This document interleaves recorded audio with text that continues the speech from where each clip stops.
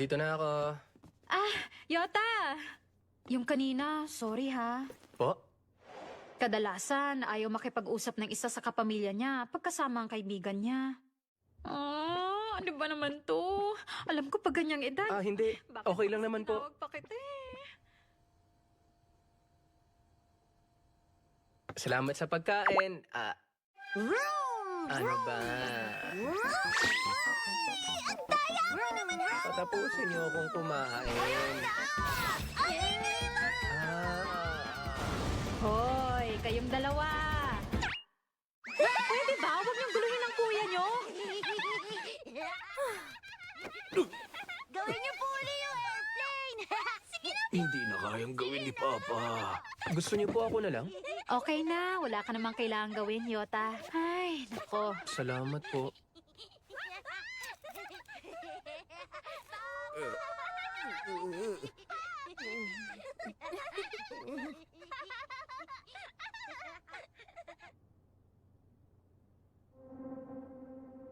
Yung narinig ko kanina, paulit-ulit yung nagre-replay sa isipan ko hanggang ngayon.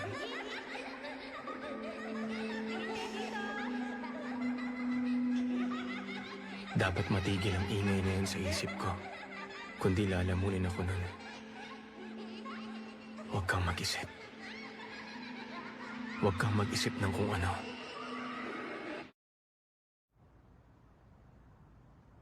Kasi may mas bata akong kapatid na lalaki at babae. Ang kukulit nila at gusto nila lagi silang masusunod. Nung isang araw, pinag-uusapan ko anong kakainin ng hapunan. Biglang sinabi ng kapatid kong babae, pasta. Yung kapatid ko namang lalaki, curry. Walang may gusto magparaya, kaya ginawa ko. Mga bata pa kasi yung kapatid kong lalaki at babae, kaya laging maingay sa bahay namin. Di, kanina ka pa pala nandito? Oo.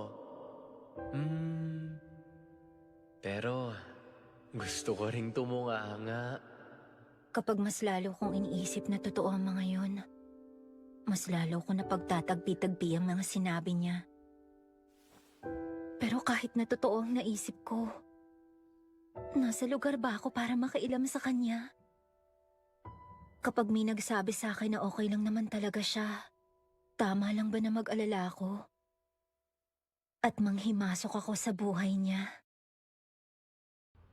Maraming salamat Pasensya na at ang weird ng kwento ko. Hindi hindi naman yun weird. Alam mo ba, hindi ko pa ito nakakwento kahit kanino. At mas lalong wala akong balak ikwento to kay Mina to. Teka, Yota. Talagang mahal mo si Ama Mia, tama ba? Hindi Sabi mo eh. Basta okay lang sa'yo. Handa akong makinig sa'yo. Kapag hindi mo nilabas yan, siguradong yung puso mo, mapupuno yun ng agiw. Agiw? Agiw. Kapag dumami yun, kikitid ang isip mo. Tapos mahihirapan ka na rin gumalaw. Sa bagay, parang tama ka nga dun.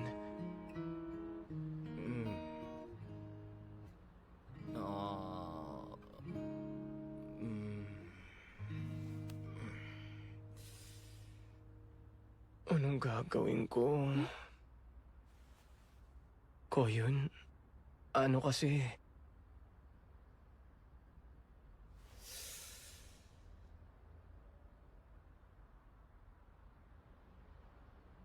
Kasi, alam mo, may gusto ako. Huh?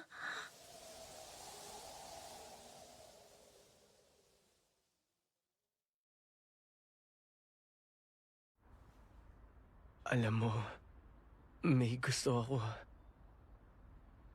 Huh? May gusto ako kay Mickey.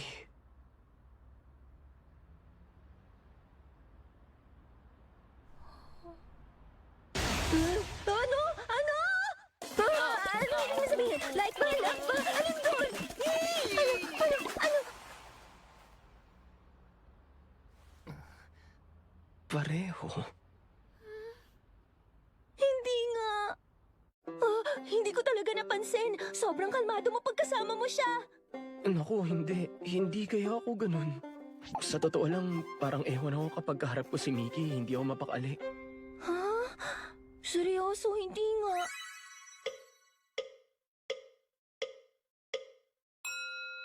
Oo nga, no. Matagal lang napansin ni Minato na may gusto ako kay Miki. Dinidinay ko lang kasi nakakairita. Malamang nahihiya ka. Naku, anong gagawin ko? Sobrang saya ko.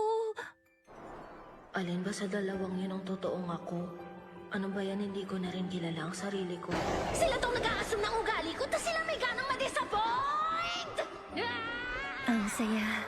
Dahil merong may gusto sa'yo sa kung sino ka talaga, Miki. Bukod doon, napakabuti pa niya. Yota, gusto mong i-date si Miki? Koyun, bakit parang ang saya mo bigla? Sorry, sobrang saya ko lang kasi. Oh, pero... Ano kayang nararamdaman ni Miki? Hindi ko pa naiisip ang tungkol doon. Ang totoo, wala naman akong balak na sabihin sa kanya. Basta gusto ko lang siya. Gusto ko si Miki. At para sa akin, napaka-importante niyang kaibigan. Pero alam kong hindi ganon ang tingin niya sa akin. Ayos lang, tanggap ko naman yun. Pero, ewan ko ba, feeling ko parang niloloko ko lang siya.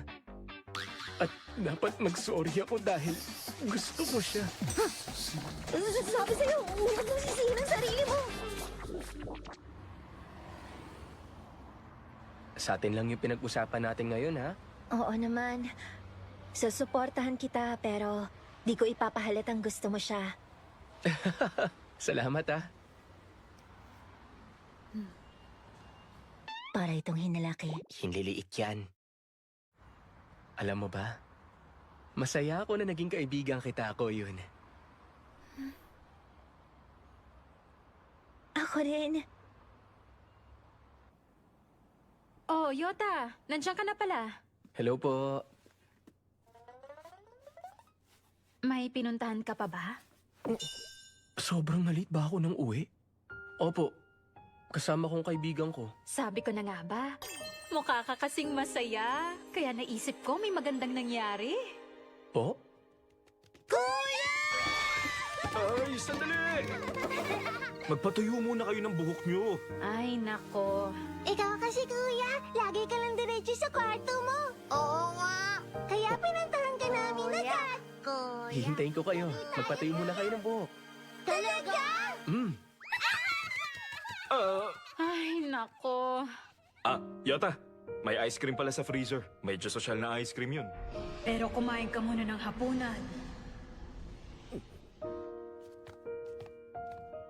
Ang kabaitan nila, unti-unting pumupuno sa puso ko. Bakit kaya iniisip ko na hindi ako kabilang sa kanila?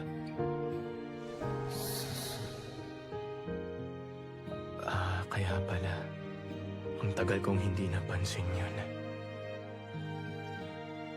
Ang tahimik ng gabing to. Hindi ko natanda kung kailan yung huli. Nakatulog ka ba ng mahimbing? Sobrang himbing. Okay. Teka. Bumili ka ng drink mo? Oo. Mamiya, long time no see. Long time no see. Teka! Magkakasama pala kayo? Ang dami niyo namang nakuha. Yung tinapay din sa school store ang lunch mo, Miki. Eh, kasi naman, naiwan ko yung lunchbox ko sa may pinto ng bahay namin. Sayang. Teka, may sweet red bean buns pa ba? Oo, gusto mo sa'yo na lang? Hindi, magbabayad ako. Magkano pala yan?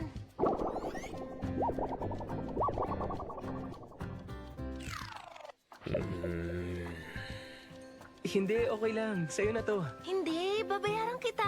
O sige, 10 yen. Yoko nga, mag-trade na lang tayo na tinapay. Mamiya, anong ginawa mo ng winter break natin? Siya ang unang nakipag-usap. Naging busy ako sa club activities. Pero minsan, magkakasama kami ng mga kaklase ko. Tsaka nilalakad ko rin yung alaga kong aso. Aso. Ano pa ba? Kapag kausap ko siya, parang hindi ko alam kung anong dapat kong sabihin sa kanya. Hindi ko alam ang gagawin. Nakakataranta. Siya nga pala. Ano nga pala yung pangalan? Ako? Hindi, yung aso mo. Ang pangalan mo, Minato, di ba? Ponta. Ha? Ang ibig kong sabihin yung aso ko. Ponta ang pangalan niya, hindi ako si Ponta.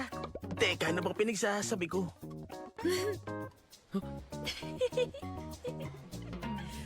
Ikaw, Mamiya. Si Ponta. Grabe ka. Pagtawanan ba naman ako? Sorry. Sobrang paborito mo talaga ang sweet red beans, Mickey. Tama ba? Oo, di ka magsisisi pag ito ang pagkain mo. Hindi ba, Koyo? Kamusta? Okay ba si Ponta? Lagi ko siyang Naku po. pinipicturean. Istorbo ba ako sa kanilang dalawa? Ko yun. Para saan yun? Wala. Ang dami ko lang energy kaya nilabas ko. Baliw lang gagawa niyan. Katakot ka? Uy, Uy, ikaw sorry, naman. Hindi mo kailangan gawin yan para sa akin. Di ko mapigilan eh. Ano ba? Huwag ka mag-react ng ganyan. Sorry na, sorry. Ano yun? Yung dalawang yun. Sobrang magkasundo naman yata nila. Sige, alis na ako. Doon ka ulit kakain? Oo. Saan ka kakain? Sinabi ng hindi nga food court ang klinik ko. Mamaya na lang. See you uli. Yung dalawang paborito kong tao sa mundo. Mas nagiging close pa sila ngayon. Tama kaya tong naiisip ko? Bakit pa sobrang excited ko para sa kanila? Ang saya naman! Siya nga pala. Alam kong masyado pang maaga. Pero mag-group study ulit tayo para sa year-end exam natin?